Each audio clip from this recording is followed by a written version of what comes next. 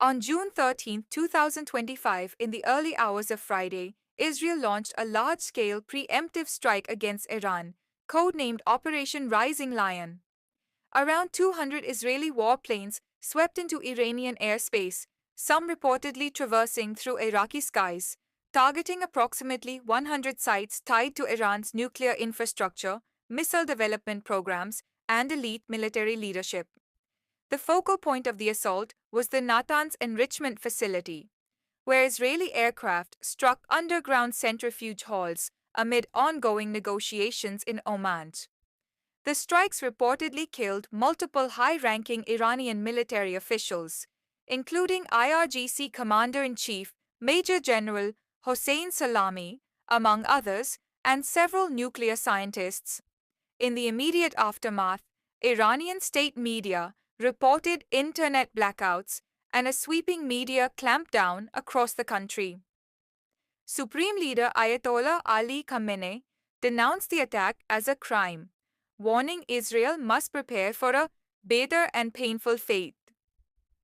Iran responded swiftly with a mass drone barrage, over 100 UAVs dispatched toward Israeli territory. The Israeli military and allied systems intercepted most of them.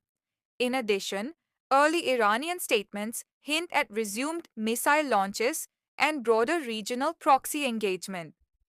In response to the assault, Israel mobilized additional reservists, closed airspaces, and established a heightened state of emergency. Prime Minister Benjamin Netanyahu defended the operation as essential to neutralize an imminent nuclear threat, citing intelligence suggesting Iran was close to acquiring weapons-grade uranium. Internationally, the United States denied any direct involvement in the strikes, though President Trump claimed he had been pre-informed and issued stern warnings to Iran, urging renewed nuclear negotiations. Western allies publicly urged restraint, fearing the conflict could spiral into a full-blown regional war. In Tehran, streets filled with banned protests as citizens and clerics demanded vengeance.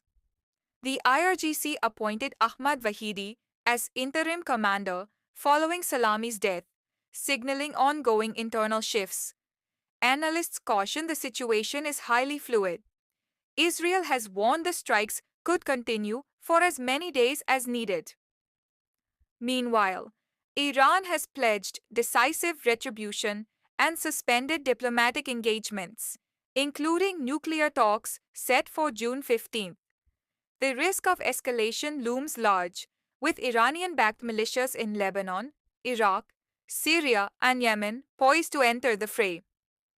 This dramatic and volatile breakthrough on June 13, 2025, could mark the beginning of a prolonged conflict or a rapidly spiraling regional conflagration.